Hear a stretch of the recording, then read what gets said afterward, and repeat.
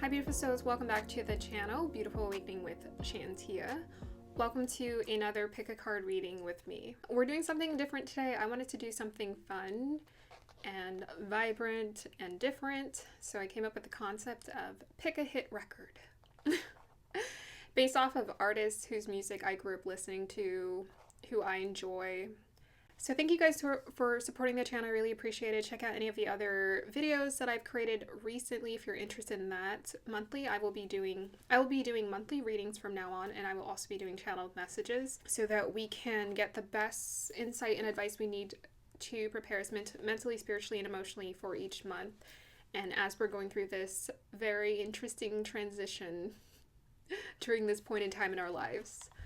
So the pick a hit record, the intention of this was mainly just to have fun. Spirit wants us to know how we are all multifaceted, multidimensional co-creators of our reality. They wanted us to be reminded of what goes into us creating the reality that we are being called to create. So I know that these artists are, of worldly status, and their main goal was success and money, and most of them were just going according to their egoic desires. But there's still so many brilliant qualities that they have that I think can point out to, and you can reflect on and see how you have these beautiful, brilliant qualities within yourself. And upon doing research for each of these stars, I found that they actually all shared a commonality. They shared some common nakshatras, some Vedic nakshatras. They also shared like a common goal for themselves. Let's go ahead and get started with your introducing the groups and doing your meditation. So I didn't explain it very well, but the hitmaker concept and idea came from this idea of hitting on target. And this is a concept that I've been getting from Spirit for the past couple years. Essentially hitting on target. I thought it had more to do with hitting goals or becoming like something, right? Very attached to the external world and worldly status. But I've come to learn that hitting on target or becoming a hit maker has more to do with reaching or obtaining that or stabilizing those higher states of consciousness, essentially being present. And so when we embrace the present moment, we become more of a conscious co-creator with reality, and we become our dream person. We also manifest our dream life. In this reading, we're going to reflect on how you can become more of the hit maker and hitting on target to what you're destined to be, who you are destined to be. Also, upon doing research on each of these stars, I learned that each one of them is a record breaker. And you're learning how to record break into those higher states of consciousness and achieve the impossible. So I can't wait to learn more in this reading. All right, group number 1, you have Dolly Parton. Group number 2, you have Michael Jackson. And group number 3, this is Beyoncé. All right, let's go ahead and start our meditation. Take your time, inhale and exhale deeply as you meditate on which group or groups resonate best with you.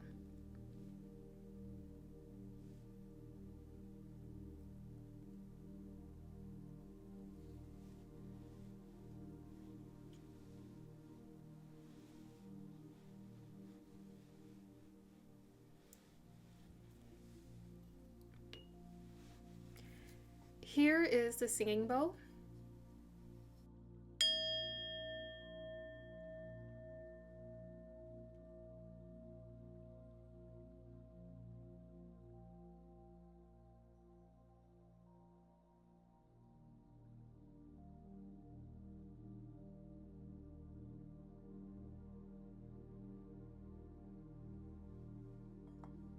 All right, group 1, if you've chosen Dolly Parton, we are going to start with you.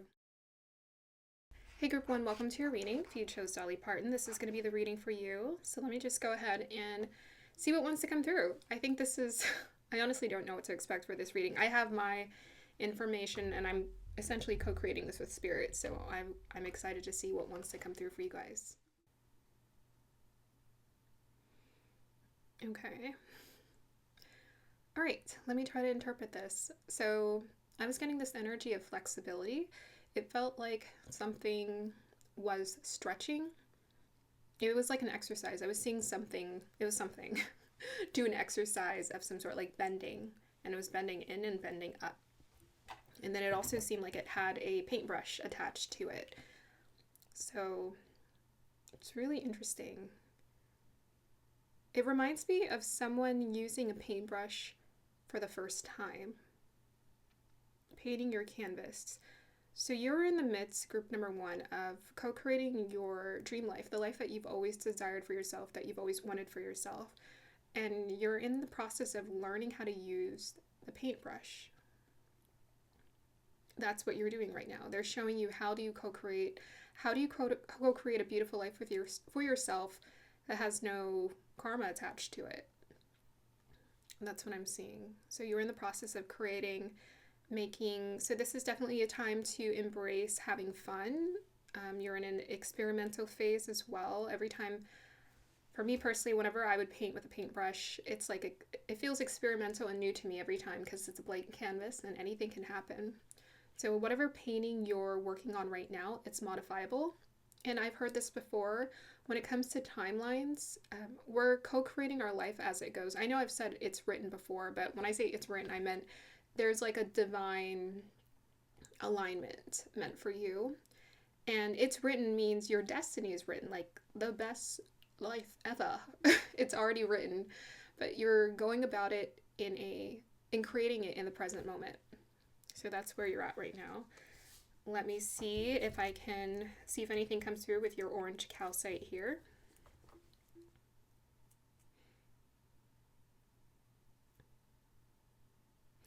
Yeah, I'm seeing 3 triangles. It's like 2 and then 1 in the middle that was a little bit lower. So that's pointing to synchronicity and organization.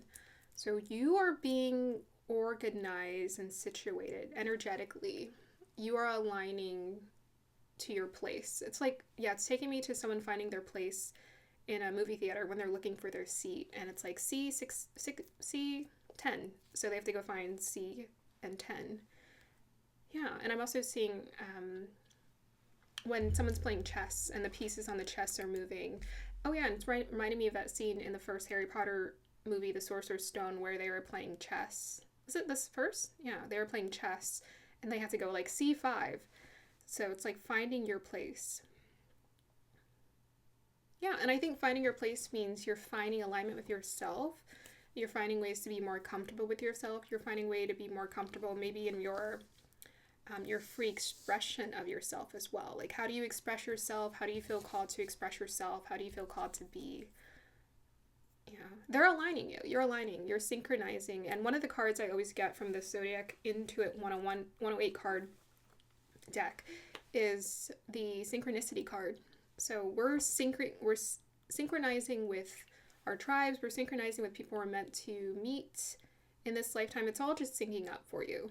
Yeah, and I'm seeing it's very organized, very structured, very intentional. So Spirit is you can't see it, all of it. You know, you're going to see it in the present moment, but Spirit is aligning you perfectly where you're supposed to be. And they just want you to trust them. Follow the little bits and pieces, the guidance, the nuggets that they show you to clue you into where you're being called to go.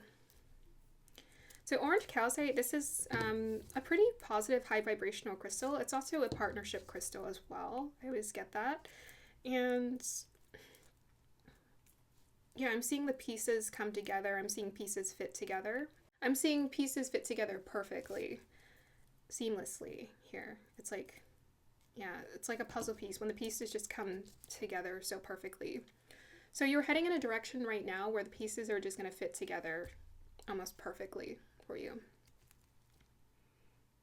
Yeah, and there may be some messages here and just like taking care of yourself and taking care of your energy. This always reminds me of like orange juice and making sure to nourish yourself, take care of yourself as well. And it's also quite square. So this is about structure and routine and creating some kind of structure routine around your life, around just taking care of yourself, making sure to eat consistently, sleep consistently. That basic routine really helps to set you up for your day and having a really good day. Yeah. And I'm seeing this this point pointing up in that direction. That's taking me to focusing on a positive mindset, or focusing on what's to come, like where you're wanting to go and the direction you're wanting to head in life. Your compass, like where are you heading? And there's a specific like direction it's pointing to. It's pointing up. Okay, let's go ahead and talk about Dolly Parton. So I might show you guys her birth chart because I'm going to refer to it. So I'm going to be talking about some of her hit success because I think it's kind of cool to look at all of these like facts and details. I'm going to share some quotes. Dolly Parton is, I always thought she was actually kind of fascinating. Just the way that she dressed and the way that she carries herself, it's very confident and self-assured. We're going to talk about some of her characteristics that I noted and other people have noted. And we'll talk about her chart and her archetypes as well. So Dolly Parton holds the record for the most #1 hits by a female country artist, which is 25. And she holds the record for the most top 10 country albums on the Billboard Top Country Albums chart. So she has 41. 41, I don't know, this says the number 41. Oh, she's written 41 albums. Or not, no, she's written more than 41 albums, but I think 41 of them have made it to the top country albums list. But she holds the record as well for the top 10 most, yeah. She is a songwriter, so I definitely connect her to the archetype of the scribe. She is a writer. She writes her own songs. She gets these inspirations for herself. And I'll talk about her her birth chart towards the end. That will explain why. She has a ton of air in her chart. She was introduced into the Rock and Roll Hall of Fame in 2022. And she actually felt quite humbled by the experience because she felt like she didn't quite measure up to the people who had made it. And this is a woman, you know, she's been working basically like all her life. Is highly successful, and yet she felt so humble to think that, you know, am I worthy of this thing? So I thought that was like really interesting. Another thing, so some of her top hits is Jolene, 9 to 5, Island in the Streams. She has a lot of great songs, and a lot of them have been reinterpreted by other artists, such as I Will Always Love You by Whitney Houston became a huge phenomenal hit through The Bodyguard and her rendition of that song. Island in the Stream, I grew up with that song, but not with her version. I think it was her and, what's his name? I'm seeing his face in my head, but I can't remember his name. But yeah, she did, I think, a duet with that song. And I grew up with that Hawaiian version of it. But yeah, that was one of my favorite songs growing up. I loved it. 9 to 5, Jolene. So Jolene is about kind of like it's not quite infidelity, but another woman interested in someone's man. She wrote that in 1974, came out in 1974. And then 9 to 5 is very much fitting of her nakshatra. So she's actually connected to Uttara Bhadrapada, which is in Aquarius and Pisces, and that's like a hard-working sign. They're the workers. They're the hard workers. So the fact that she sings about working as a working woman is very fitting. She has a very beautiful vibrato. If you listen, it's just super pleasant, very beautiful. She's very good at shining. She loves to shine. So she has 42 albums in total. I think maybe by now she might have written more, but 42 is what they're counting. She owns a radio station, a museum, and restaurants. So she's a multi-entrepreneur. She has multiple streams of income there. Her network measures up to about 440 million. And by the way, I didn't look into Michael Jackson's or Beyonce's network, but I know Beyonce's network is probably equal to that. And Michael Jackson, I'm 1000% sure he surpassed that. So her network is 440 million, and she has no children. I noted this because she fully acknowledged, I think women at that time didn't always feel supported in their ability to just sort of do what they want and follow their careers, but she made a choice to do that. She also started working from young. She had 12 siblings. She grew up poor, so she was very humbled in life, and she wanted to work. She wanted to help her family out, and that's what motivated her. And she found her destiny, aligned with her destiny by doing that. Very similar to, actually, Celine Dion also had about 12 siblings as well, and she started working from young. So a lot of these stars have very similar pathways to some people in their generational age bracket. So some of her quotes is, "It costs a lot of money to look this cheap." So she very much embodies the fool archetype. She likes to be quite rebellious when it comes to societal expectations. She purposely dresses the way she does to challenge people, but she likes to be, provocative, controversial on purpose, because she's trying to prove a point. One of her other quotes is, "Find out who you are and do it on purpose." Another one of my favorite quotes by her that I found was, "Storms make trees take deeper roots." And I know a lot of you guys you've gone through storms in your life that have helped you to learn how to ground even more in this reality. Another one of her quotes is that she counts her blessings before she counts her money. So that's one of the secrets and the key to her successes, is she counts her blessings. She would have been a beautician had she not been a singer. She loves beauty. She loves to do her own makeup, her own hair. Even though she likes to hire people to do it, she knows how to do her own hair and makeup.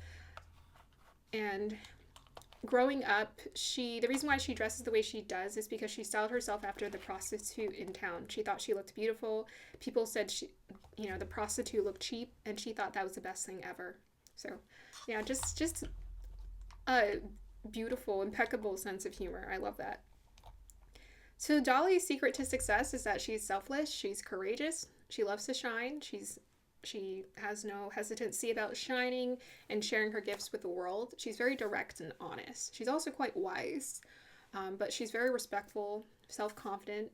She also has this other quote, "Don't judge a book by its cover," because she said she's a really good book. So she's very deep internally, and she likes to kind of challenge people's expectations about that. But she's humble because she grew up poor. She doesn't label herself label herself as a feminist. She actually doesn't really care for any labels. What she cares about is how every person deserves respect and kindness. I've already noted a million times she has a great sense of humor. She's self-deprecating, very wise. So looking at her chart here, let me move around some things. So she has a moon in Leo. So moon in Magha, that's about the throne. Usually great artists. Moon in Leo, moon in Magha make great artists, performers. So she definitely born to shine. She has the sun, Venus in Uttarashada. That's the hardworking nakshatra I was talking about, in the 6th house of hard work. So she's going to be working until her last breath. That's part of her destiny, and she embraces it with grace. She has a Mercury conjunct K2. So this makes for a very unique voice. She has a strong past life gift. So Magha is connected to K2, past life gifts. K2 is in its own nakshatra, which is Mula. So past life gifts again, and it's conjunct Mercury. So she actually gets her beautiful singing voice from her past life. She was a singer in her past life, without a doubt. She also has a Neptune in her 2nd house of voice. So this makes for a very dreamy, beautiful voice. Very pretty voice in the sign of Virgo, communication. Again, Mercury connection there. And Mercury and K2 are sitting in the 5th house of creativity. Yeah, so lots of strong placements there for the repeating themes here. She also has a Jupiter in Chitra. Chitra is all about shining in stars. Beyonce and Michael Jackson both have Chitra nakshatra. So this is about shining stars. But Chitra creates stars. You shine brighter when you take on pressure. So Chitras are phenomenal artists. They're brilliant artists. They're also beautiful artists, and they like beauty as well, but they shine more due to the pressure of life being put on them. So strong sense in communication. There's all kind of, she had the Virgo, Libra, the Mercury placement. This all makes for a great writer. She's a great writer. All right, so some of her archetypes describe the writer, the artist. I wrote fairy godmother. Because I'm that's the vibe she gives me for archetype. Priestess and the Fool. Those are her archetypes. So group number 1, I would say, when it comes to your gifts and sharing your gifts and what the universe is calling you to be about, is some of you are writers, or you're being called to speak or share some kind of message. And you're quite creative, And you're meant to perhaps just have a very hardworking, long legacy of just putting in dedication to what you believe in. But this is also, you're being called to embrace the path of authenticity and to, if you feel like being the fool and challenging society's standards of like how things work or whatever. The thing is, if you're spiritual, obviously you challenge it just by existing, but this is definitely something you're being called to do, is to challenge the status quo of society and maybe embrace irony, which means maybe sometimes the way that you dress isn't the way that you talk, or there's something about you where it's like two things, it's paradoxical than what people would expect. So there's definitely some unexpected elements about you. You guys definitely have some powerful past life gifts that have refined itself with each lifetime, and you're meant to gain success through that for sure. So stay on that path of authenticity and you guys shall succeed. All right, let's go ahead and pull some cards for you guys and see what else wants to come through.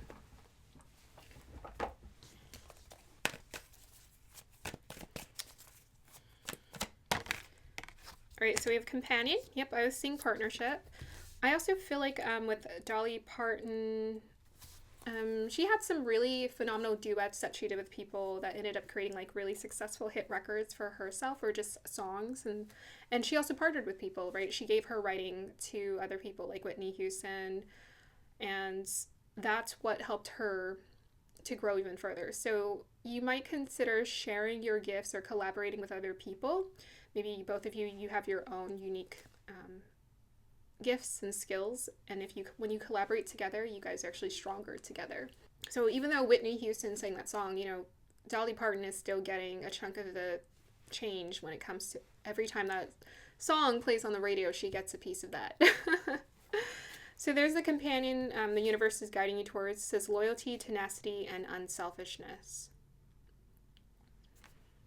And I think just in general, you're always going to attract to your tribe of people who are going to help you to stay in alignment with your goals and whatever it is that you're pursuing. We have here rescuer. So this says provide strength and support to others in crisis, acts out of love with no expectation of reward. Yeah, this is an interesting archetype, and I think I'm still learning about how it works and operates. To me, to embrace the archetype of a rescuer, one would have to learn how to receive as well. So maybe you've been on the receiving end of this, and everything's a circle. So if you've been on the receiving end of people helping you out, you probably feel called to help other people out as well. You're someone who wants to provide other people with strength. And, that's the thing I really got from Dolly.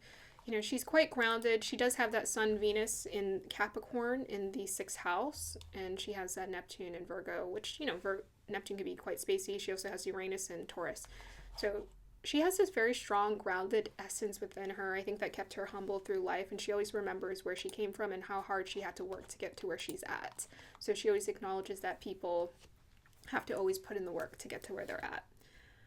So this is about using your heart to guide you. We have a girl on a sailboat with the life guard. What do you call this? Lifesaver. I think that's what it's called. Yeah, she has the lifesaver, and she's being guided by her heart. So the universe is guiding you to use your heart to help those who need you and to receive the help of those who want to help you. And it's your heart that's pulling you towards them here. So they want you to receive the support of others, but also provide the support for others as well. And act out of love with no expectation of reward. Yeah, I think that's also important, is to make sure we're coming from pure intentions. Whoa! Okay. Well, this is the end of the reading. We have here Assurance, Danu. We have here White Buffalo, Calf Woman, Reverence, Uzume, Humor, and Mama Kocha, Water. So you guys have a powerful intuition. We have the 33 number, which is connected to the Ascendant Masters. You are being aligned with Ascendant Masters who are helping you and guiding you on your pathway and teaching you how to confidently go about your pathway here and trust your intuition, trust your guidance, and not rely outside of yourself on things outside of yourself to guide you. I also find it interesting how we have two consecutive numbers, 49 and 50. So like the 2 steps. I think this is also about following the divine order of things in life and not rushing or skipping steps as well. Danu assurance, this is the universe wants you to be reassured with this 10 of completion that you are moving towards a completion cycle. They want you to be assured in your pathway and to know that it will grow, and the seeds that you planted will grow in due time. So you are on the right path, and they just want to give you that confirmation of that. So you guys are here to treat society with reverence. Here we have the white buffalo calf woman reverence. This is about understanding that everything in life is sacred, everything is spiritual, and the more that you develop that relationship to how everything in this world is sacred, the more connected you feel. So I think what I'm being called to say is that you guys need to work on developing a deeper connection with the world around you and life around you, to acknowledge its magic essence, but also to acknowledge the simplicity of things as well, such as like, oh wow, this beautiful Palo Santo is just simple wood. But I'm also hearing to observe or pay attention more to reality, and maybe less to digital media or whatever else is going on there. Pay attention to this reality and observe its beauty and the intricacy of how everything is woven together. Your sense of humor is a winner. Dolly Parton has a phenomenal sense of humor. Group number 1. Your sense of humor is what helps to cheer you up, to cheer people up. This is one of your shining qualities, is the fact that you know how to see the humor in everything and not take yourself too seriously, and embrace that inner child wonder within you. Okay, we'll pull a few more cards and then we'll end your reading.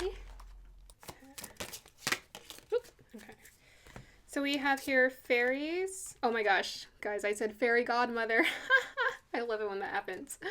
Fairies, you have a strong bond with the fairies, and your life purpose involves helping Mother Nature. Yeah, definitely here to connect with Mother Nature, help other people connect to Mother Nature. Yeah, so to me, the fairy energy, when I've channeled this before, when it just comes through in readings, I've never really tried to channel fairies, but when it has come through in my readings, their energy feels quite light, quite humorous, and quite loving. Very fun and very playful. So that playful energy, you know, with the Izumi humor here is a winning quality in you. It helps you to see the magic in the world, the wonder in the world. And this is part of your life purpose, is to help people be inspired to recognize the magic in this world. I always love that Dolly Parton dressed in such bright colors and like pretty colors and like pretty makeup. There's just something so magical. I feel like she's the embodiment of bringing magic alive through her music and through the way that she would dress as well. So you're also here to help Mother Nature.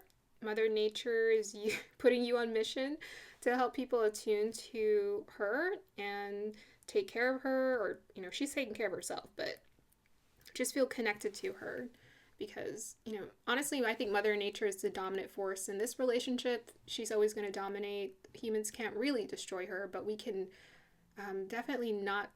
We're part of the problem versus the solution, right? And we want to be a part of the solution. So you guys are a part of the mission to be the solution to helping Mother Earth as well. So we have Sacral Chakra. You are highly sensitive to chemicals, additives, processed foods, and energies right now. Respect your sensitivities by avoiding harsh items, situations, and relationships. And situationships. So the Sacral Chakra means that you're deeply connected to your emotions and the flow of your emotions, which means that when you feel like you need to cry, you cry. When you feel like being happy, you're happy, and you allow all of those things to flow. When it's blocked, though, you're resisting the flow of your emotions. So they're just encouraging you to allow the flow of whatever it is that you're feeling, and to also acknowledge and recognize when you are sensitive to certain things, whether it's foods or the people you're around. I'm quite sensitive to people I'm around. I can't be around everybody, okay? I just can't do that. And y'all can't either. So definitely respect and honor that, because that's just the universe telling you to say, like, no, put up your boundaries, and to acknowledge that you need your space and you need your personal time to do what you need to do so you can spread this fairy-like magic around this world. And I love this like young, youthful energy that we're getting from both of these cards here. All right, let us conclude your reading. Get some tarot cards for you guys. So we have here King of Cups, beautiful, and the Magician. Yeah, you guys are magic and wonder, and you guys are very creative. King of Cups, the cups are just super creative. Like, they are the artists. They are the artists, and you guys, honestly, the higher you rise in your consciousness, the more you embody all of it. You embody the Empress, you embody the Emperor, who are the collection of all the queens and all the kings. But this is an aspect to you that they want you to take note of at this time in your life, is this emotional fluidity that you're working through during this time of your life. The King of Cups is a really good advisor. He's very good at, when he's in his best place, he's very good at working through his emotions, not being attached, not projecting onto people, just processing however he feels the need to process his emotions. And when he's in his best emotional state, he's very good at giving back. He's very good at, being the rescuer. He's very good at giving people advice they need to improve the quality of their life. He's very good at that. But you guys are also the Magician. You guys are carrying around you this wonder of magic. And this also reminds me of Timothée Chalamet and him in Willy Wonka, which I watched like maybe 2 seconds of it. But this is about embracing the wonder, which, by the way, Timothée Chalamet he's a Maka's son. So there's a cool connection there. So you guys might have a cool Leo placement or a 5th house placement that helps you to connect to your creative energy, your inner child creative wonder. It doesn't really matter if you do or don't, you have it. And the universe wants you to use your imagination here with this King of Cups and this water energy. Your imagination is real. Your imagination is real. That's reality. That's what's actually going on. And they want you to use your imagination as a guide for you, because you're leading yourself as a king. You're leading yourself, you're guiding yourself with the insight and guidance that's coming through to connect you to who you're being called to connect to create your world. I'm also hearing take more, step into your power and don't feel like you're being dragged into this shift that you're going through. Intentionally move with the wave and look at it. So you're riding in the wave of divinity and synchronicity. Look at the wave, look at where it's going, and say, you know what, I'm going to ride this wave intentionally, and I can't wait to have fun riding this wave. So the universe is telling you to acknowledge that you are the rider of the wave, and they want you to fully participate in this. Okay. Final piece of advice for you, group number 1. Oh yeah, you guys got 10. We got Aquarius, 12, Sun. Oh, I said Utrata Bhadapada, but sorry. Dolly Parton is Utrata Ashada. That's in Capricorn. That's where Pluto is at right now. That's about overcoming obstacles. It's also about the peak of materialization and manifestation as well. So that's what you're working at in your life. We got Saturn in Aquarius in the 12th house. The thing that I liked about Dolly Parton as well, she's essentially a humanitarian. She's very giving and helpful. Sun in Aquarius is the humanitarian in the 12th house. This is about transcendence. So you are a spiritual humanitarian, which means you're here to give back to all of humanity and all of the universe. So by you giving back to humanity, or you giving back in any way, shape, or form of yourself, you're also giving back to the universe here. So they also want you to work on the discipline when it comes to your thought process. Just be an observer of it and work through... Again, I'm just being connected to this energy because we have 12th house, so connect to your imagination to work through it. Because I'm also seeing, I never watched the Willy Wonka movie, but with Timothée Chalamet, but I'm seeing him like point, and things are just like floating around everywhere. And he's just, I want this here, and I want this here. And Willy Wonka is very much a King of Cups representative energy, and he's a leader. He had a vision for the life that he wanted to create for himself, and he went for it. So they want you to take accountability for being more of the leader in your life and using your imagination to guide you. What I'm learning more and more is that we are on our own unique spiritual journey in alignment with everybody else. And we're meant to self-guide. At the highest level of consciousness, you have to self-guide, and you have to listen to your inner voice and stop relying heavily on outside teachers, because you won't be able to fully graduate into that 7th level of consciousness without you trusting your own inner voice. So that's what I'm hearing. You guys are powerful humanitarian leaders. Just trust your inner voice to guide you, to work through any conflicts or situations You guys are visionaries, and you guys are innovative thinkers as well. You have a strong sense for knowing how to approach things differently so that you can so that you can work through it better. I want to finally end this reading with a affirmation for you guys, because I want you to get your hit record. You're on your way. Okay, let's see what wants to come through.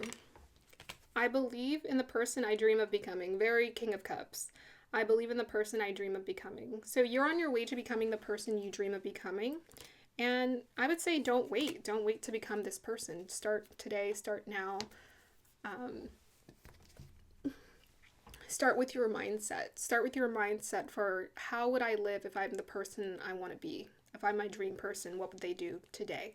How would they act? How would they talk? Start with that. How would they act? How would they talk? How would they walk?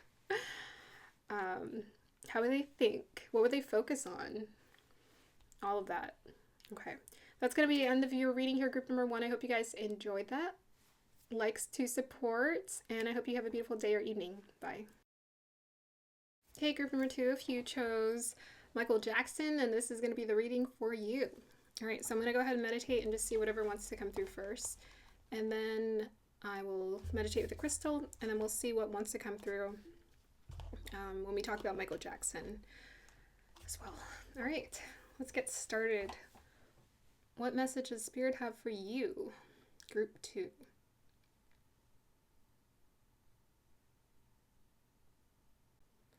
Okay.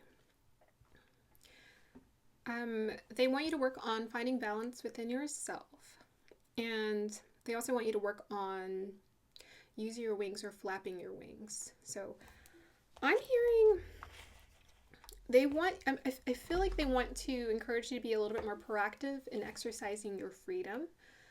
We are in a place where we're still learning a lot right now, but we're learning how to exercise our freedom. That's the 7th level of consciousness, is the courage to be free. And so in order for us to truly step in the courage to be free, we have to act free, right? And I think during this transformation, there's definitely a lot of challenges and difficulties that come with it. And there are times where we feel quite trapped by the pressure cooker of life. We feel trapped or encased in a small space by the pressure cooker of life. But the point of the pressure cooker is to guide you a little bit more clearly to finding the exit. They don't want you to stay trapped in that space. Your job is not to stay trapped in the space. It's to get out. And this has to be a proactive choice. You have to get on your 2 feet and you have to move. So I'm not literally telling you to take action and and to move, but what Spirit is encouraging you to do is it's encouraging you to mentally move or emotionally move, like move the energy. I'm getting like Knight of Wands energy, like move the energy. So whenever you're feeling trapped or you're feeling stuck or stagnant, they want you to work more with yourself to get out of a stagnant energy without needing to do all of these unnecessary steps. Like there's not a lot that you need to do. It's mostly mental. It's mostly psychological. The lack of freedom or the claustrophobia is what I'm getting as well is due to a feeling. And the feeling is the matrix. And they're trying to teach you how to get out of the matrix, but you need to use more of your imagination to get out of it, to guide you out. Don't stay stuck at the door here. Okay, let's see what wants to come through with this amethyst.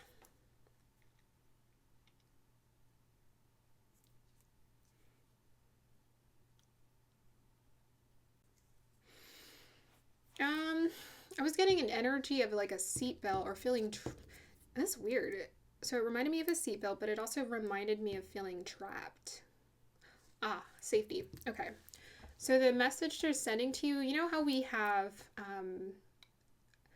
we put on our seatbelt when we're in the car so that we can feel safe, right? Because you don't want yourself to not be safe if you get hit and then you don't have your seatbelt on and you get ejected from the car. So that seatbelt is actually representing, it's supposed to be a symbol or a metaphor for the matrix. So you're used to certain precautions when it comes to how you think and how you move about your life. You're used to certain limitations, the seatbelt, right? And it makes you, I was saying like an X, seatbelt like that. And it seems like it's keeping you safe, but it's actually just keeping you trapped. So your task right now is to work on, out of this energy of whatever you think is keeping you safe. Discriminate or discern between what's safe, what's truly keeping you like protected, and what are you embracing that you think is keeping you safe, but is actually keeping you trapped. So this can be anything. I want them to kind of give me a little bit more advice, but wherever, right now you're in a place in your life where the universe is trying to show you how to break free. And there are certain concepts that you're becoming aware of have trapped you into the matrix. So, a lot of people sometimes we like to get mad at the matrix. Oh my gosh, this agenda to keep me trapped in the matrix. You don't have to worry about an agenda. No one can stop you from breaking free, and no one can stop you from your freedom. That's not with anyone's willpower to trap you into anything. It's because we're spiritual beings. You can't trap us. We're free, in essence, by the way that we're made and we're designed. And we're designed to play the game, and we're designed to play the game to get out of the game. And to get into the fun game, the fun version of the game. So I think your guides right now want you to work on playing some more mental gymnastics, I'm hearing. They need you to work on some more mental gymnastics to work on breaking free of the matrix, because they're trying to help you to free or to liberate yourself. And I think it would be a good time for you to journal. Maybe even pause the video here after I state this, is write down what are some of the things that have kept you safe before. Whether it's a relationship dynamic or security, financial security, maybe like having money in your bank account has always made you feel safe. Anything, honestly, anything that attaches you to this reality, we have a whole list of things that makes us feel safe, right? And they're saying anything of this reality that you latch onto that's keeping you safe is actually keeping you trapped. And they want you to have a much more liberated and free-spirited relationship to everything, and to understand that it can go. Let it go. Whether it's your money or your bank account, like let it go. Or a relationship, who cares? Just like let it go. Don't hold on to anything. Don't hold on to anything. Don't get yourself trapped by this idea of like, I'm safe, I'm secure. It's actually just suffocating you, is what I'm hearing. Okay. Yeah, they need you to release yourself of that chokehold life's got on you. The matrix got the chokehold on you. Okay. Let me see if I see anything. Yeah, so process emotions. Right now, this is my emotional amethyst. It'd be a good time for you to process your emotions and whatever it is you're feeling. And it's a good time for you to, don't be afraid to go there. Like I'm seeing some sharp edges. Don't be afraid to go there when it comes to those painful feelings or any kind of childhood trauma or memories that come up. Process that during this time, because this is an auspicious time is what I'm hearing. This is a good time to process a lot of that needs to come out. These wounds here, any kind of inner wounds, this is a really good time for you to release some of that.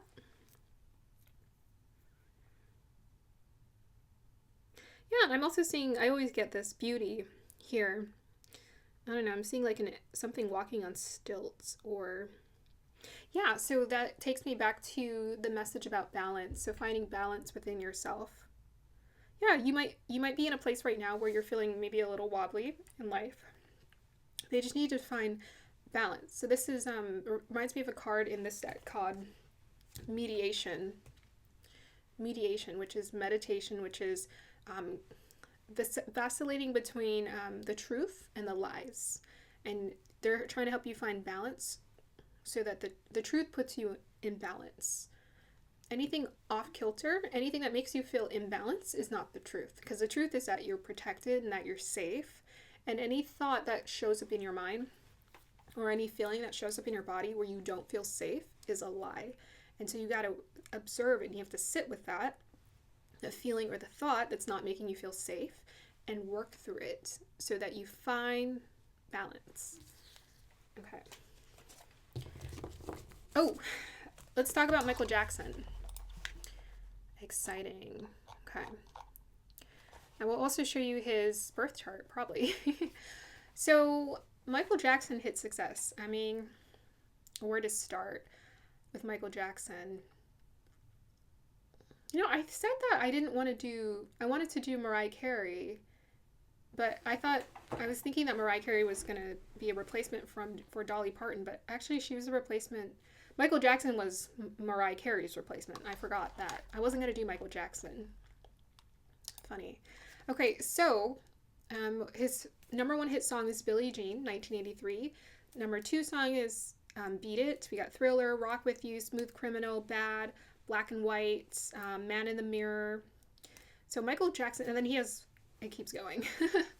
Michael Jackson has had 13 number one singles on the Billboard's Hot 100, making him the male artist with the most number one hits in the Hot 100 era. Which I think an era is huge, right? And he is the first artist to have the top 10 singles in the Billboard Hot 100 during 5 different decades. So he definitely had longevity connected to his success. Michael Jackson has also sold over 500 million records worldwide. Yeah, I didn't actually get a lot of information for him. I think because what I have to say about him is he's probably one of the most successful artists of all time. And I think people consider him to be the GOAT, the greatest of all time. So, phenomenal success. One of his quotes is, "In a world filled with hate, we must still dare to hope." What I think made him so successful was he was focused on legacy. He had a vision. He was a strong visionary. He's very hardworking, very humble. He's working since he was a kid. Very humble. And he had a universal appeal. He was always interested in this collective vision. He was not interested in just being fixed on what he was comfortable with. He wanted to come out of his comfort zone and reinvent himself. You know, he grew up with more of a soulful background in music, and it became more rock towards his final days, and then it became sort of like his own universal expression of music.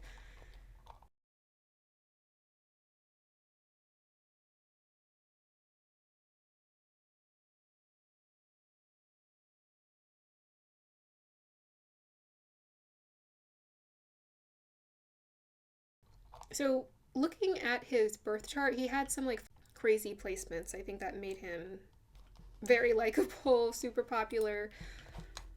And let's just talk about that for a second. So he had his moon in Shatabisha in the 3rd house of communication. And where's his Saturn? Oh, it's in the 12th house. Interesting. In Scorpio. So Satabisha is a lot of the famous people. I think, what's his name? Justin Bieber has this placement too. A lot of famous people have a Shatabishak nakshatra because it's connected to Rahu. So it amplifies. And Michael Jackson also had a Jupiter-Rahu conjunction in the 11th house of fame and gold, lots of money and wealth. He had Jupiter in the sign of Chitra, which is like jewels, beauty, also talent. So filled with talent. What ruled his chart, I think, was the Jupiterian energy. He's also Sagittarius ascendant. So essentially his legacy, his destiny was pulling him towards strong success and being a shining star. With that Jupiter-Rahu conjunction, everything's amplified. So it's not like just a little success. Everything is just like exaggerated. People were obsessed with him. And I always feel like he attracts a lot of Jupiterian people. Pisces, I know Pisces love him. Pisces people love him. They're like absolutely obsessed with him. But he just had that universal appeal with that Aquarius energy, very much humanitarian, big thinker, visionary thinker, collective thinker. He liked inclusivity. And he was quite, I think, inclusivity with the way he expressed himself, right? He had a very androgynous look to him. That's very Libra as well. Libras can be very, very androgynous in their expression, as are all the air signs, in my opinion. Very androgynous. What else did he have? So he had Sun, Mercury in Leo. So he was a Magha Sun. Magha Suns are, that's like the throne. And Magha is about past life gifts. So he was granted his past life gifts, his ability to sing, be creative, be a dancer. All that came from his past lives and being refined in his past life. It was granted to him also from his bloodline and from his ancestors. He grew up in a family of musicians. So it's very common for people to grow up around a family of artists. Creative people often have Magha in their charts. Their families are very creative as well, or one of their parents are usually quite creative. So Sun, Mercury, again, sitting in the ninth house, connected to Jupiter. So everything is expansive, expanding, strong heart, big heart, strong, expansive, like kind of vain too. Like vain, Magha is very self-focused, self-absorbed, kind of vain. But that vanity actually allows for him to shine, right? That's what pulls attention to him because he's radiating such a beautiful, powerful light. He also had his Mercury in Magha too, so that also made his voice quite appealing to other people as well, the way that he sang. He was, some of the archetypes he connects well to is the advocate or the avenger. You know, a lot of his songs were about how it's unfair that people are treated poorly and that they should be treated the way that they deserve. Some of them were about emotional, like interesting emotional. All of the people who ever make top hits, it's like broken love songs, right? Or dysfunctional partnerships. There's some of that. But what made his approach particularly interesting was that he always had this child magical archetype as well. So the way that he would sing, it would always come off as playful. If it was a dysfunctional partnership, it would always come as quite, I don't know, like childlike, maybe a little immature, playful, not so serious. That was the vibe I always got from his music and his approach. And he inspired wonder in people. He was obsessed with Neverland. He had that Peter Pan syndrome, very child magical. And I think that's what created the biggest appeal because that child magic energy is what Spirit is always encouraging us to embrace for ourselves, for us to embrace our intuitive abilities, for us to flow in and out of life, is not take life so seriously, to understand that anything can happen, anything's possible. And he had that. With that Sun, Mercury in the 9th house and that Jupiter, Rahu in the 11th house, as far as possibilities went, the sky really was the limit when it came to Michael Jackson. That's why he was able to dream so big, so profoundly. He also, and his Saturn is in the 12th house of imagination as well, in a Scorpio watery sign, right? Very fluid, very imaginative. So Mars, he had a Mars K2 conjunction in the 5th house of creativity as well, in Aries. So I often find that this makes dancers. So he was also connected to, like, he referenced other people, other dancers or classical dancers as well, or classical performers. So I noticed a lot of people who have a strong connection to K2 tend to reference classical people versus like inventing their own thing, which nobody really does invent their own thing. They just like make it new again. But he referenced classical dancers and he kind of made it his own thing. And very good. Like Mars makes you like technique, creative technique, gives you creative technique. Ginger Rogers had a strong Mars, I think, in the 1st house in Aries, and she was a phenomenal dancer. Just, oh my gosh, like out of this world, crazy good. Fred Astaire, he was also a phenomenal dancer. Gene Kelly, like some of these people have a really powerful Mars that makes them really great dancers.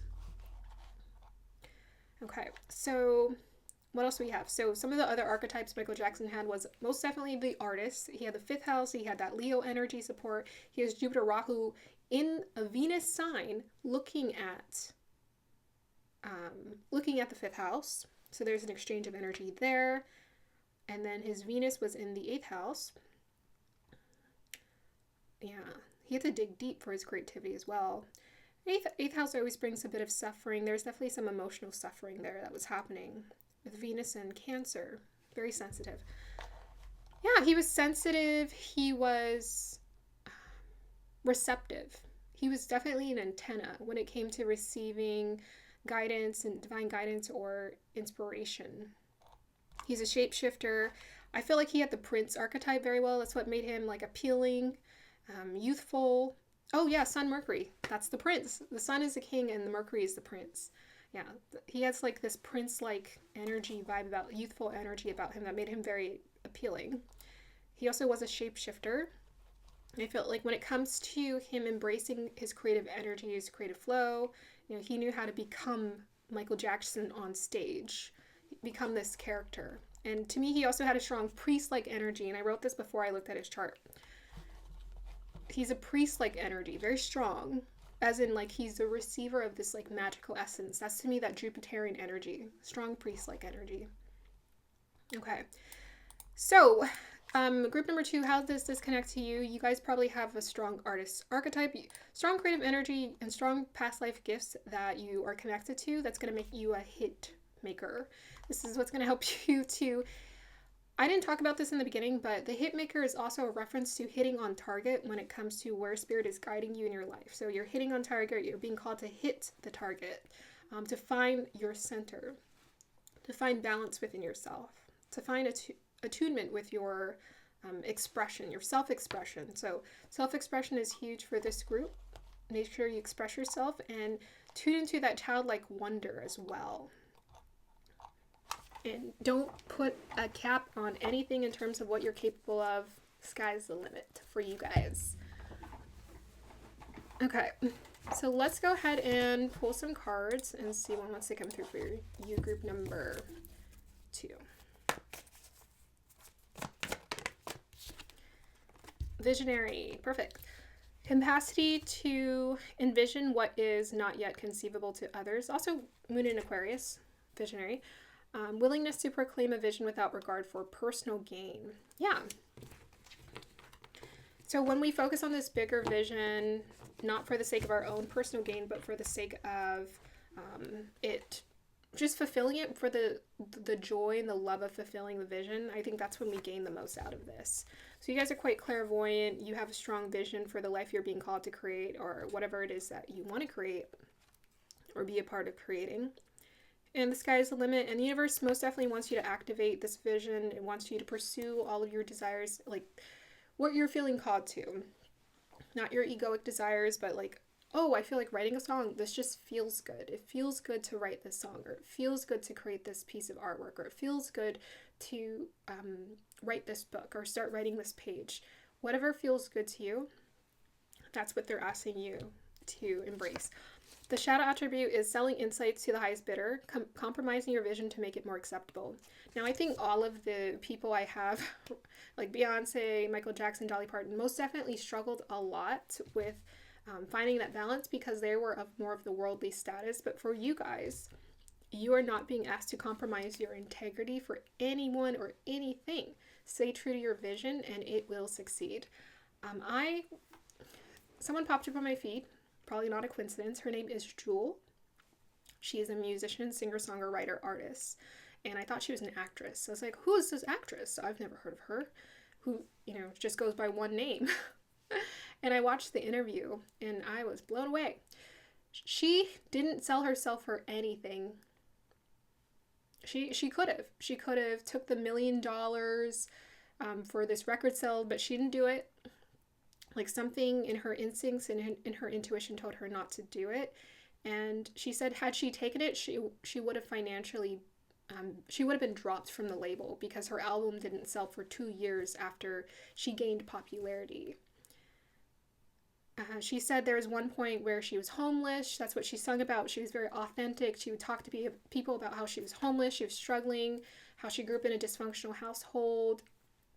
She would just be honest about her story. So you telling people your story is going to be huge in terms of being authentic and helping people to overcome their difficulties. Just share what you've gone through. She said there's at one point a producer wanted her to sleep with them and she refused to do it. They refused. Was it a producer or a boss? Someone she was working for. And they didn't want to give her paycheck. They refused to give her a paycheck. And so she had to live in her car and her car was stolen. And I'm just like, and she's saying all of this with a pleasant, peaceful smile on her face.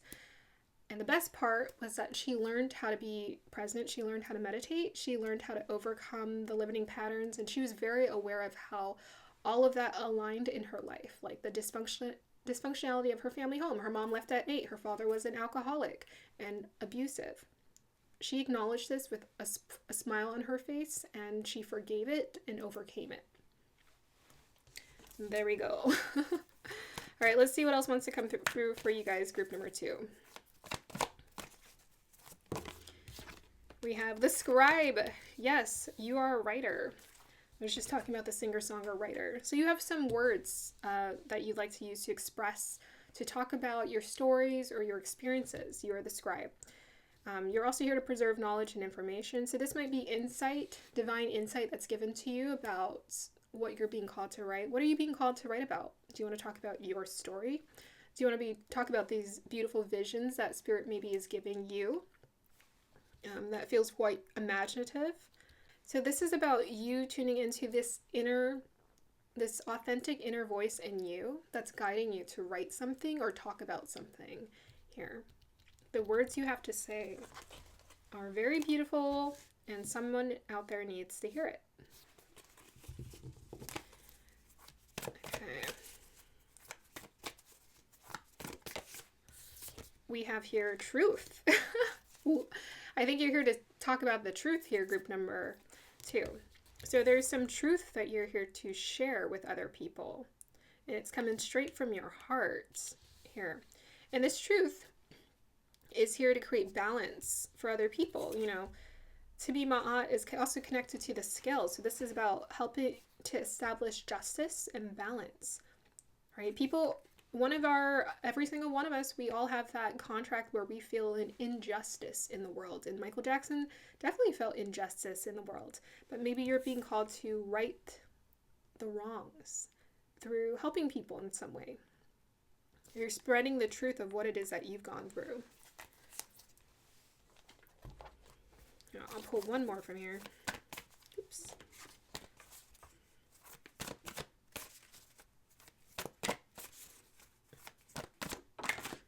We have here, communion is star.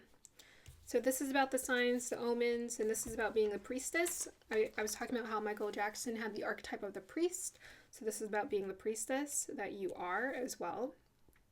And you are here to receive this divine guidance. You're here to receive divine visions and share that with people. To share that with people, to feel more connected to yourself as well. So communion is communing with the universe, communing with the divine. So they want you to listen to the omens and the signs for what you're being called to do, because you guys are being given clear instruction, is what I'm hearing, on what you're feeling called to do. And sometimes you're not being called to do a lot of anything. Sometimes you're just being called to be patient. Sometimes you're just being called to just be at peace, or just enjoy or take care of yourself too.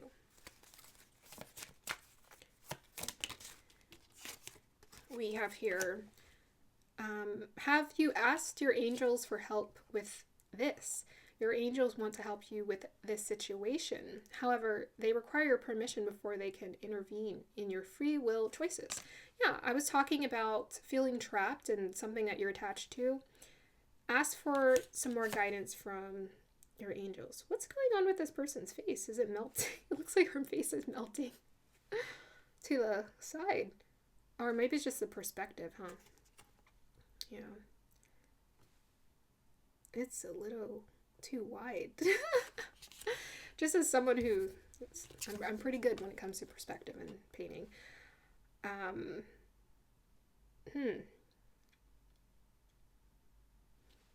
Yeah, so there's something you're going through right now, and your angels want you to, divine wants you to ask for help, more help, and receive more help, and listen. Let's go ahead and pull some more clarifiers on this and see what else they'd like to add to that. We got 2 Pentacles. Yeah, that's that balance. And we have the King of Wands. Confidence. Yeah, and Michael Jackson was a King of Wands. He was a sun in Leo. So they want you to be confident about maybe your material experience or any kind of imbalance you're currently experiencing. They want you to be a lot more confident about understanding that this will be resolved and taken care of. Yeah, this will be resolved and it will be taken care of for you. They just need you to be confident. They need you to believe. All right, think of Michael Jackson's Sun in the Ninth House. Belief system, strong. I can do it. I can do anything. I will get through this. They want you to believe in yourself. I'm worthy of things working out. Divine is telling me and has shown me things will work out. I believe this will work out for me. I believe I'm being guided in the best way possible. Okay, let me pull some more cards, see what other guidance they have for you. We have Aquarius. Yes, we've been talking about Aquarius. Visionary energy. There's a vision they want you to... The more you focus on the mission, the more you focus on what inspires you and participating in the thing that inspires you, the more you're not going to feel so apathetic about certain things that didn't work out or doors that closed. So that's what they want you to focus on. They want you to focus on your vision and the excitement for where your life is going. Like your life is going in a positive, beautiful direction. And that's what they want you to focus on. Is like, wow, my life is like improving. This is an improvement. You know, things falling away, whatever shedding needs to happen, this is an improvement. But there's a vision the universe is calling me to fulfill starting now, starting today. And it wants me to get to work fulfilling this vision, this long-term vision. Think progressively. Think in terms of what can I do? How can I help? Because I'm an empowered, sovereign being today. I don't have to wait for my bank account to be filled with lots of money or a lot of people to come knocking on my door for me to be like, well, now's my time to shine. No, your time to shine is today. How can I shine today? How can I be of help? The way that you help, the way that you shine is you helping. How can I help? How can I be of use today, universe? And sometimes that means you taking care of yourself. All right, let's go ahead and end with some final advice for you.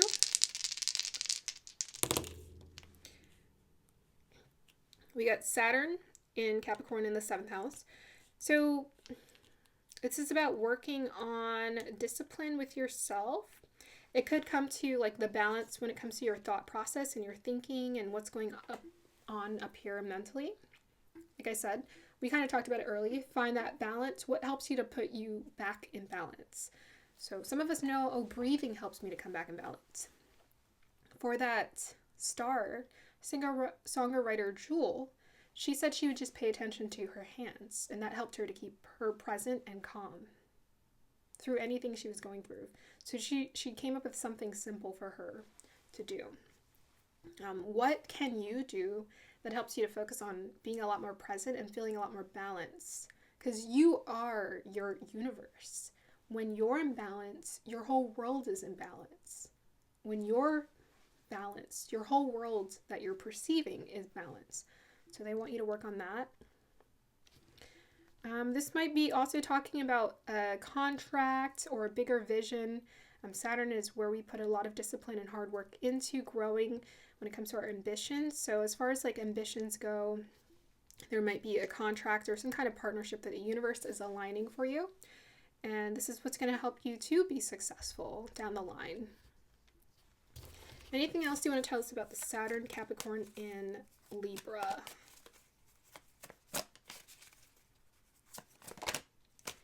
Seven of Swords. Yeah, breaking free the matrix. We talked about that. We got Nine of Cups here. Dreams come true. Yeah, so this is about breaking free of illusions. So the only thing that's creating the fear is the projections about things not working out, which is an illusionary experience. Things will work out for you. You're a light worker starseed on mission and on path.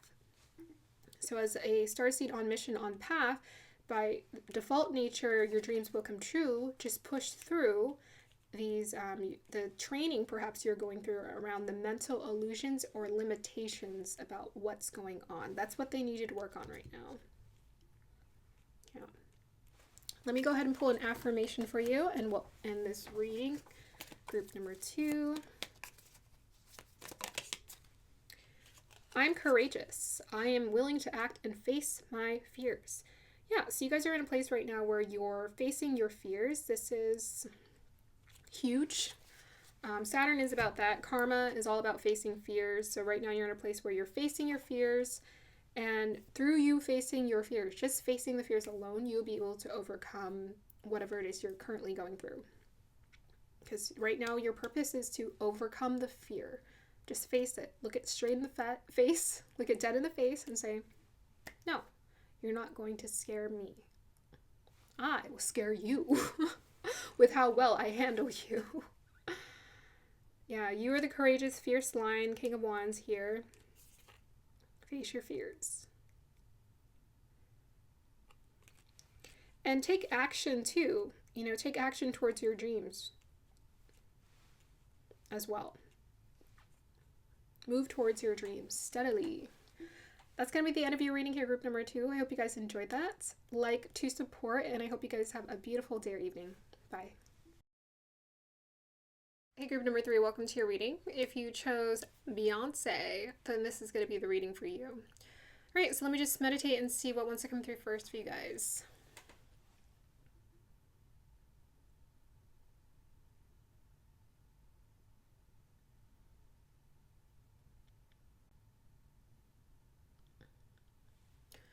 Okay, so I feel like I was seeing like a hook.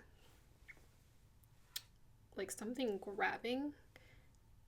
It was like a hook, and it was trying to open something, like open a drawer of some sort. So you're in the midst of trying to open something up. Ooh, this is exciting. So you guys are about to open something up and get access to something, like a secret file.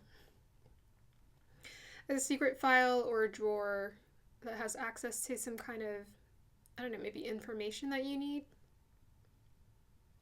But yeah, there's just something about learning how to open the drawer. There's like an emphasis on the hand or the hook. Opening the drawer. Like getting the right grip and pulling it open. Otherwise it can't happen.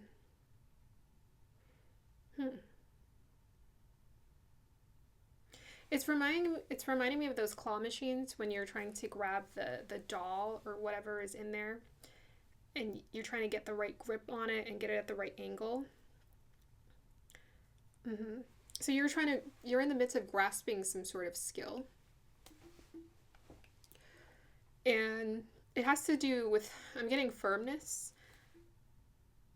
The more solid your grip is, the more you have control over being able to open something up. Yeah. That's kind of cool. It feels like you're getting access to some kind of answer or question, or like a multidimensional energy, or raising into higher states of consciousness, some kind of divine guidance, or yeah, that's what it feels like. It feels like you're getting access to magical information or divine guidance that is requiring some muscle building on your part in order for you to build your strength to receive it or to open it. It requires strength on your part and practice and repetition. Okay, let's see what the Pirate wants to communicate here. Okay, I was getting Wands energy. I was getting like spirit fire or flame, and it was spreading. Confidence, willpower. Okay, so you're in a space right now where you're building your confidence and you're building your willpower to grasp something. So the more you work on your confidence, the more you work on your willpower, the stronger you get spiritually. And the stronger you get spiritually, the more you're able to stabilize into a higher state of consciousness, the more confident you feel about yourself, the more confident you feel about your pathway as well, or what's unfolding. And the more you're gaining access to something that spirit wants you to access. Like I'm getting this energy of space because it's taking me to the drawer. Like space, or more something, more expansive. Yeah. So Pyrite, this is about grounding typically. Let me see if I see anything. Yeah, I'm seeing like Ascendant Master energies, and I'm seeing collaboration here, ideas. Yeah, so I feel like you guys are in training to become the embodiment of Ascendant Masters yourself, or to learn how to consistently receive the information or the guidance to think like an Ascendant Master. That's what I'm seeing, because I'm seeing like Ascendant Master energies around you, but I'm seeing that they're training you to be like them or to think like them. So you're in the midst of some sort of mastery here. Yeah, I'm seeing collaboration, and I'm seeing like different energies around you. Like I'm seeing a group of 5 different Ascendant Masters surrounding you, sort of like whispering or talking to you, just kind of giving you ideas. So they're imparting or implanting. I like the use of the word imparting for some reason, even though that might be the wrong usage of it. But they're imparting or they're implanting you with some new insights or information here. And it's going to help you to feel a lot more organized or clear about where you need to go or what you're needing to do. I'm seeing position. I'm hearing position you to know your position. Yeah. So I'm seeing like a crowd of people, and I'm seeing just like little, full of a crowd of people. There are just specific people in the crowd that are lit up, and these are the star seeds. And you guys are being activated during this time. Turned on. Turned on towards your mission, towards your purpose. Okay. I want to pull cards, but it's not time yet. So let's talk about Beyoncé. Beyoncé is a hit maker, obviously, because she is just phenomenal at what she does. And I know these people are obtaining more of a worldly status, and you're here to obtain more of a spiritual status or insight within yourself. There's no such thing as spiritual status, but you're here to gain power when it comes to your spiritual self and prioritize that. But there's some qualities that these starlights have for us that we can reflect onto ourselves. So Beyonce is, she has the most awards won by a female artist. She has the most Grammy nominations ever.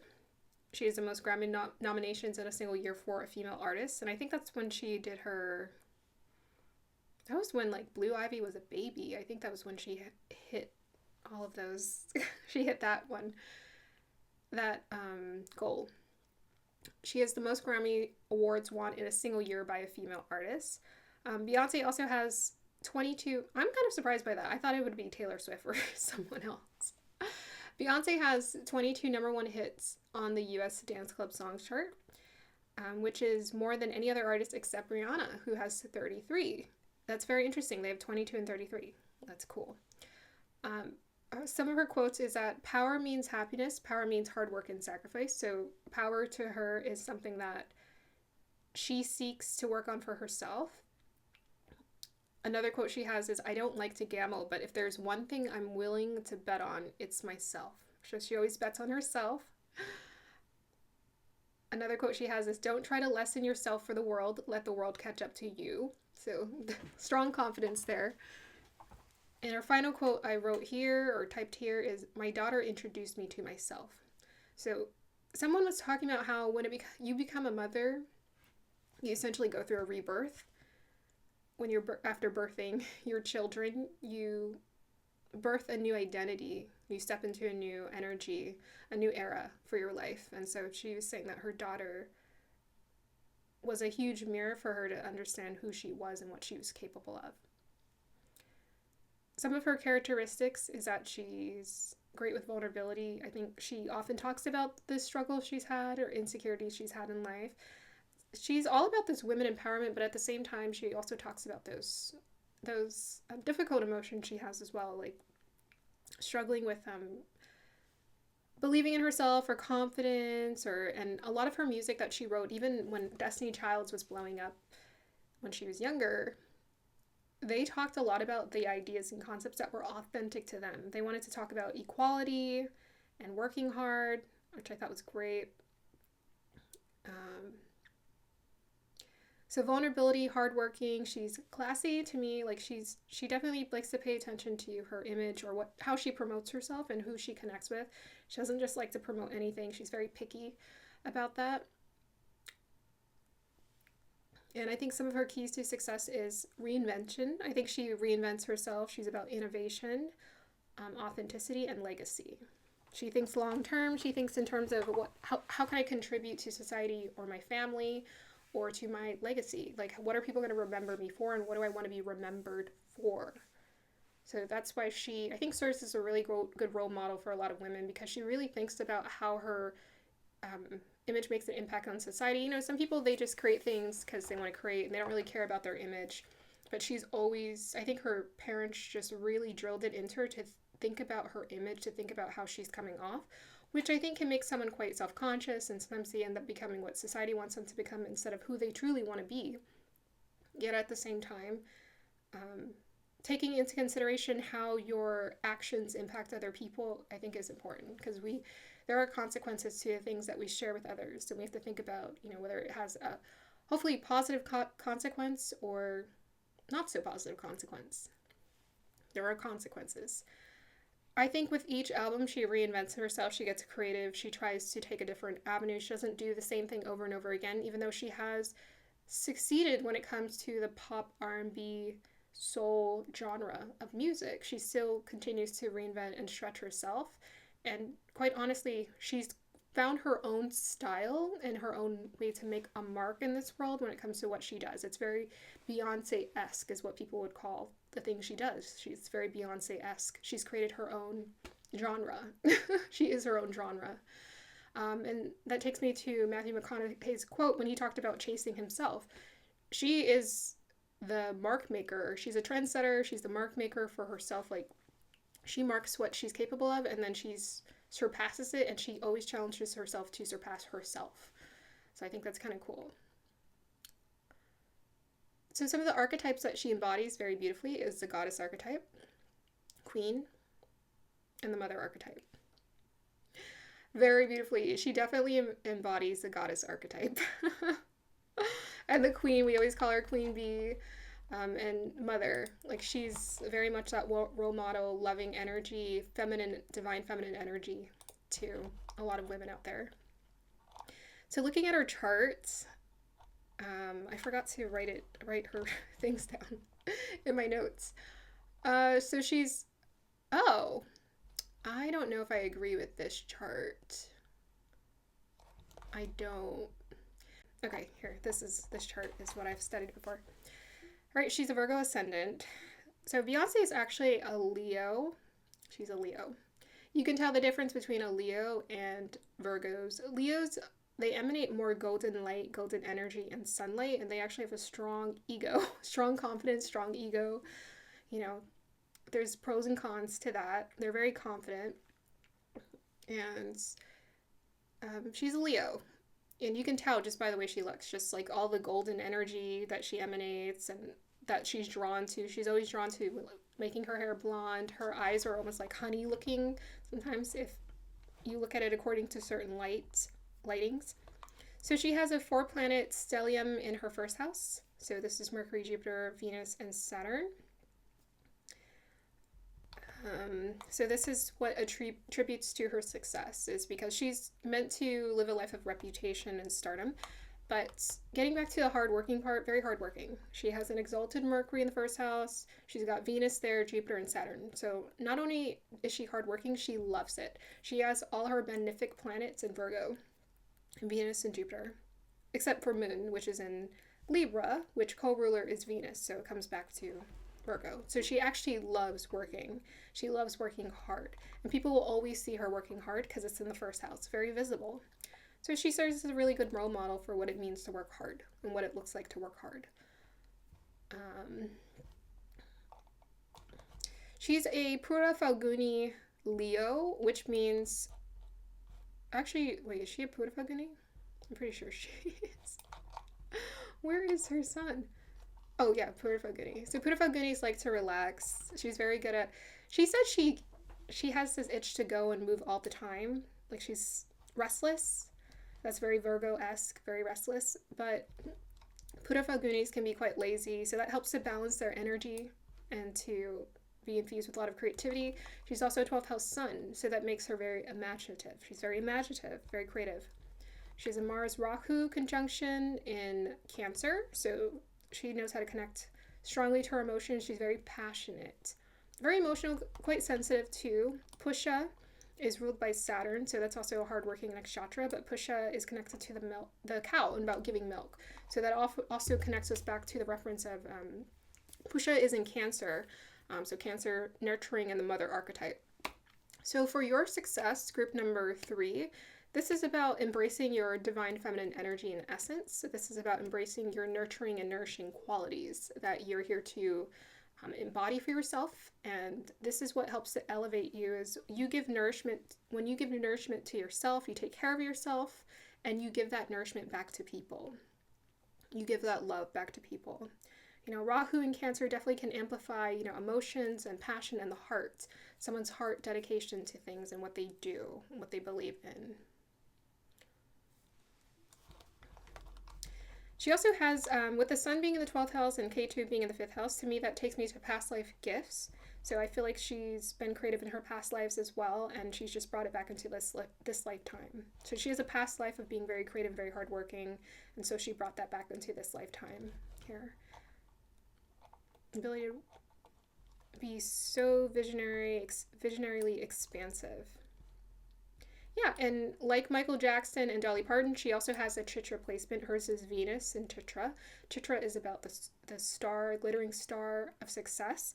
And they tend to be very attractive, beautiful, but they also tend to create very beautiful things. And they tend to be a beautiful example of life because they're about kind of like being like a jewel or the pearl. So the pressure of life is what makes them shine more. The more they take on the pressure of life, which is like karma and everything coming at them, and they move through that, the more successful they become. That is some of her placements. Okay, so let's go ahead and dial into your reading. So I think we kind of summed it all there. I mean, you guys probably have this, she's also a Vishaka moon, and Vishakas are definitely go-getters, very goal-oriented. And that's, hers is in the 2nd house of entrepreneurship and value. So the more that you see your own value and you believe in your own value, the more successful you become. The more successful you become. So that's going to be important for you guys. She sees a huge sense of like value for herself, and hers is more tied to what she can do. The divine is encouraging you to embrace your value for who you are, for just existing, honestly.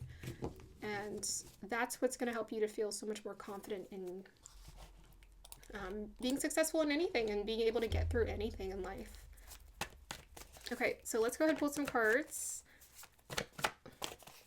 I've already been talking for, looking at the clock, 18 minutes.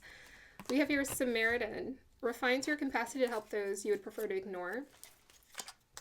So she has a Rahu Mars in the 11th house. That could also be a humanitarian house about giving back. Also Virgo is about being of service as well.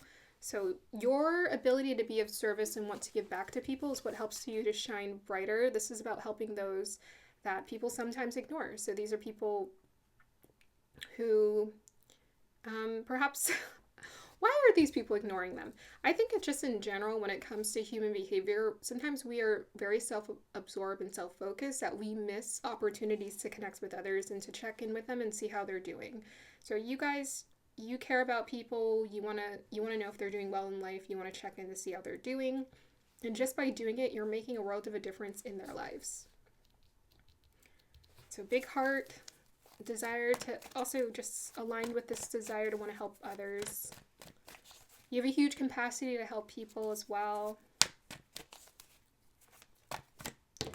We have here the Bully. So Virgo energy can be very self-critical. So maybe you've had to work through some self-critical energies with yourself, where you put a lot of pressure onto yourself in terms of how you're needing to work through things. And this is just karmic energies. This is DNA. This is what we were brought up in our upbringing, where we were taught to be hard on ourselves, to criticize ourselves, and to look for what's wrong in life versus for what's right. So you're being encouraged to take a look at that. This is a cloud blowing wind. So all of those negative thoughts, troubling thoughts that you're experiencing because you're going through an initiation process, this is part of the test. All of those limiting beliefs that are showing up and that are coming up to the surface are coming up for you to face and for you to deal with and for you to move through and for you to identify and realize it's just air. Find a way to come back into balance, because obviously when you're feeling really angry, self-critical, frustrating towards yourself, it really throws you off balance. Find a way to find your center, get back to center. And what brings you back to center is the truth. And the truth is that you are brilliant. You are exactly the way that the universe designed you. You are perfect the way that you are. You don't need to perfect yourself. You just need to be yourself. Be yourself. Be authentic. And maybe that's part of what she meant. Beyoncé meant when she said, my daughter introduced me to myself, is that maybe her daughter introduced her to embracing her flaws, because she realized that she had such goal-oriented, fixed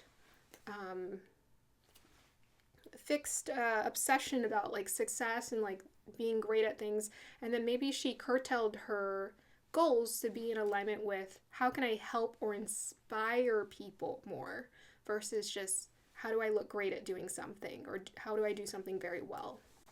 Often when we get older, we mature and we start to realize, well, how can I help other people? And you guys are in a place right now where you're realizing that you have something you can offer people or help them with.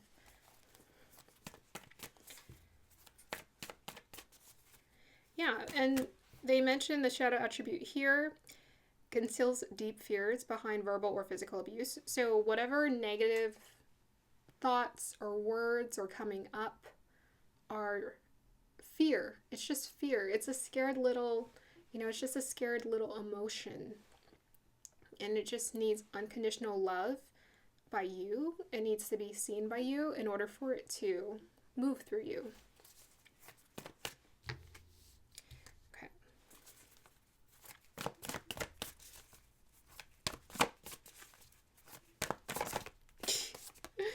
We have your patterns, yeah. I'll pull one more. So you're in a place right now where you're working on your patterns and overcoming those patterns. We have here White Buffalo Woman, Calf Woman Reverence. So I was watching an interview with an artist. Her name is Jewel. Jules or Jewel, I think. And never heard of her before. But she was doing an interview. It popped up on my feed. I watched it. It was great. And she talked about how she was overcoming patterns. Her mother left her at 8. Her father was an alcoholic. She grew up sort of in this like pioneered outback land of Alaska. And she didn't have the best upbringing. So she left home. Her father was physically abusive. And she pursued her goal to just like live a better life for herself. And she kept saying in the interview, I decided for myself I would never be like that. I was going to do better. I was going to overcome these patterns. And she went through a lot. She was homeless. She was robbed. She was harassed. She was homeless. So she went through a lot of different things that humbled her. But honestly, it just made her spirit shine so bright. Like she just has this like beautiful, pure essence and energy because of her moving through the pressures that life put on her. And those pressures were just honestly making her into this, it was revealing how beautiful of a soul she was. Because without going through things, we don't, we just, those things can't come out. We have to go through things for those beautiful parts of us to come out. So she was intent on overcoming the patterns and thinking differently. That's what she said. I wanted to think differently. I wanted to overcome these patterns. So you're in a place right now where you're working on your patterns. This is key and this is important. This is the key to your success, is doing things differently. I think with Beyoncé, I think maybe her mother was sort of a dancer and people in her family were performers. Her dad was, both of her parents were entrepreneurs, but she definitely decided that she was going to pursue her creative dream life and perhaps that was a pattern she had to push through, even though her family was very supportive of that. I'm sure she's had to push through a lot of negative patterns within herself to keep going, because being put on in the spotlight all the time where people are constantly criticizing your life, that's just, oh my gosh, that has to be so like, you just gotta be like over it. Some days you're just like, I'm over it. But she seems to handle it with a lot of grace. So I'm sure she's always working through those limiting beliefs and patterns within herself. So pay attention to the patterns. Spirit is definitely calling for you to pay attention to the patterns, because they want you to think like the Ascendant Masters here. They want you to think like them. And this pirate is all about being grounded. So embracing new patterns for you is what's going to help you to be grounded and feel humbled by life and feel more content. And they're actually, I'm hearing they're encouraging you to like step more into a content space or create that for yourself. To not just, see life as a storm and for it to just continuously be a stormy ride. They want you to intentionally create the peace for yourself. That's what you're being trained to work at right now. Create the peace. With a white buffalo calf woman here with reverence, everything in life is sacred, is reverent, which means that everything is relating to itself. Everything is a message in a sense. And it's a message of support of you on your journey. So they want you to know that with a white buffalo calf woman, this is the omen, a sacred positive omen of how you are a spiritual being, and you are meant to recognize this to its fullest. And you're going through a change right now where you're receiving, these Ascendant Masteries pieces of advice, and it's helping you to realize how reverent life is and reverent you are as well. So we have the third eye chakra, and that also connects me to the goddess archetype Beyoncé has. It's safe for you to see the energy of love in all its forms, such as angels, auras, and visions. So you guys receive lots of visions you receive the visions, you receive the insights, you see it, you're clairvoyant, your third eye is on, it's active, and it's showing you everything that you need to know about where your life is going, but they want you to build a relationship with your visions. I don't think it's enough. I've been talking about it on this channel. It's not enough for me to just say, believe in the visions. How do we believe in the visions? We establish a relationship with it. And I've been working at this with myself too, where I get lots of the visions. I get the visions with these. That's not the problem. And I'm sure that's not the problem for you either. What I struggle with is believing in the visions. Believing in the visions. That's what I have a harder time with, is believing in the visions. And maybe struggling with my willpower sometimes to believe in it, because I'm so used to a certain reality. And if I'm not seeing instant results, or results sooner or quicker than I'd like to, I get impatient and I start to feel quite hesitant on whether it's coming true or not. And it's really hard to stay true to the vision, even though it's taking time to come to a 3D manifestation. So now I would say we're in a place right now where we're learning how to build a relationship to the unmanifested. So it hasn't physically manifested yet, but you can create a relationship with the unmanifested things in your life, to where you're locking in into understanding this is absolutely coming true. But how do we get past this feeling of trying to convince ourselves, and how do we embrace just believing it? How do we embrace feeling the truth of it, the truth of the guidance we're being given? Yeah, so I think that's what you're working on. So they're saying it's safe for you to see energy of love in all its forms. So they're saying that everything is love, everything is a message of love, of support. So they want you to take note of that and maybe establish more of a dialogue with spirit and the divine, where you say, could you send me a message? Could you confirm this for me? Instead of playing the guessing game. So instead of playing the guessing game, open up and see if you can establish more of a back and forth dialogue with spirit to where you guys are synced up. Okay, let's see one more from this. We have here, shield yourself. Protect yourself from harsh, fear-based energies by envisioning a cocoon of healing, light surrounding you. So here they're encouraging you to use your imagination to connect, to feel protected and to feel safe. So if you envision a shield around you, you feel more protected, is what they're saying. If you envision support around you, you feel the support.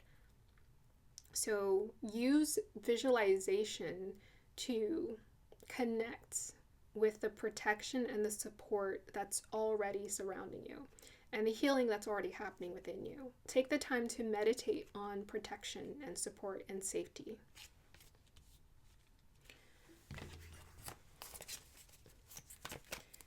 Okay, I'll pull one from here. South Node. So you're currently releasing, you're letting go of old belief systems that don't serve you. This is what's falling away.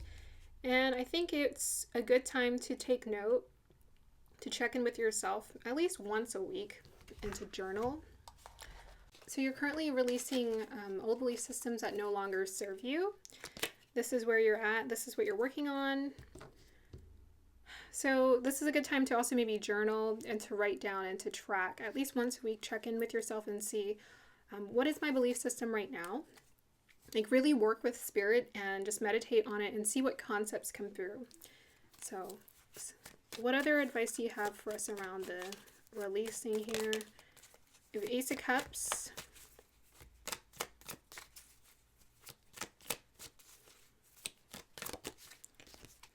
We have the Queen of Swords. So what do you want them to work on when it comes to releasing? So it's old thought patterns. Any more advice about the releasing aspect of it? King of Cups. Ace of Cups. Okay. Okay, thoughts, emotions, and how you think, how you feel. How are you thinking and how are you feeling? So they want you to connect with your emotions and they want you to learn how to tune into this emotional reset. You're being offered an emotional reset right now and they're wanting you to dial into this for yourself. So we have a King of Cups, we have a Queen of Swords. King of Cups is very imaginative. He's also very compassionate. He, in his healthy state, he knows how to be detached. And he knows how to connect with people in a very empathetic way without attachment, but he knows how to be supportive yet. And part of that is his ability to connect with his imagination, I feel is honestly unmatched. And it's what helps him to create his worlds, right? To understand his world. So you're creating this beautiful world. You have this world, beautiful world within yourself. And this is what they're wanting you to connect with. To see the beauty of your worlds inside of you instead of focusing on whatever is not working in this reality. They want you to focus more on your relationship to yourself and the world that you're connected to within yourself. With the Queen of Swords, this is always about boundaries and thought patterns, right? What kind of boundaries or thought pattern boundaries are we establishing, are we creating for ourselves so that we're thinking a lot more clearly? They want you to work on that. So what are your thought patterns? Because right now you still have some unhealthy patterns that are not helping you to feel good about yourself. And it's anything that just doesn't make you feel good. Those are the patterns that are not helpful. Yes. Okay. So any more advice that you guys have for this group? Taurus. In Mars and Taurus in the 5th house. Okay. This is about putting in the day-to-day work to build a solid foundation. So this is also about simplifying your day-to-day life and routine. So pay attention to your routine, pay attention to your habits. What are you doing regularly? So Mars is like action steps. What kind of action steps do you do that's in support of your journey? They want you to pay more attention to what action steps you're taking that can be in support of your journey, and it's coming, they want it to come off as more creative. So with the fifth house energy, you should be taking day-to-day steps or habits that are benefiting you and helping you to feel more connected to your imagination and your imaginative world. And you should feel as though you're building right now. You're building the life you want for yourself. So, for example, like if you've always wanted to create a podcast, you should be doing research on how to build a podcast, how to create a podcast. If you want to, anything that you're wanting to do creatively when it comes to your creative self-expression, what kind of steps are you taking? Are you just like staying in bed all day and you're not, engaging with the world? Then that's sort of counterintuitive to the life, unless you plan on living your life from your bed. That's counterintuitive from the life that maybe you want to create. So they want your action steps to be in alignment with the vision you have for your life. Anything else you want to tell us about this Mars and Taurus in the fifth house? Yeah, it's also like pace yourself is what I'm hearing as well. So Ace of Swords is about clarity. So we got two aces here.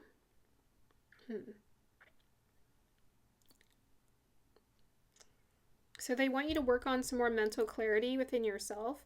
And I think being more grounded, being more present, with the pyrite, being more present in your body is what's going to help with that. If you feel more connected to your body, you establish a relationship to your body, which you can use as an instrument to bring you back to the present moment. This may help you here. And getting creative with that. How would you use your body to do that? Like Mars in the fifth house in Taurus kind of makes me think of athletes. Or a dancer. Clarify the ace. Oops. Okay, yeah. Nine of Swords, we have fears, and we have Three of Pentacles, which is about learning. Learning how to overcome our fears. Yeah, and that's also taking me to the Ascendant Master energy, where they're teaching you how to process your thoughts in a different way here. Okay.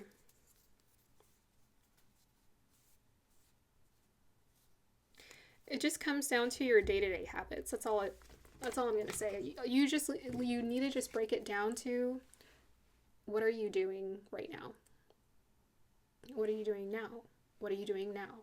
So check in with yourself like moment to moment and see, what am I doing? Ask yourself that. Who am I? Perhaps. Meditations like that will help you as well. We have here, my strength is greater than any struggle. So you are strong, that's the Ox with the Taurus and the Mars energy. You are definitely stronger than any struggle or difficulty showing up in your life. Yeah, definitely making me think of muscles, right? That Mars and Taurus. You have the muscles to overcome anything here. So this is about the mental strength to take on the difficulties of life, to handle it. That's what you're going through right now. And like I said, I feel like Beyoncé is impeccably, like just incredibly resilient. To be honest, like the way that people talk about her in the media is just wild. We have here, I express love in various forms that uplifts my partner. So how do you express love to yourself? How do you uplift yourself? That's going to be very important to you. How do you express love to yourself? I'd have to think about that too. I mean, I think, I know, but I would definitely love to just sit down and think about that question. Like, how do I express love to myself? And how do I uplift myself? All right, that's going to be the end of your reading. That's how you guys become a hit maker, group number 3. I think this is really wonderful grounding advice that we can all use to help improve our quality of life on the day-to-day and eventually down the line consistently achieve our goals and whatever it is that we dream of creating for ourselves. So I hope this is helpful for you guys. Go ahead and hit the like if you felt like it is supporting your journey, and have a beautiful day or evening whenever you guys are watching this. Bye.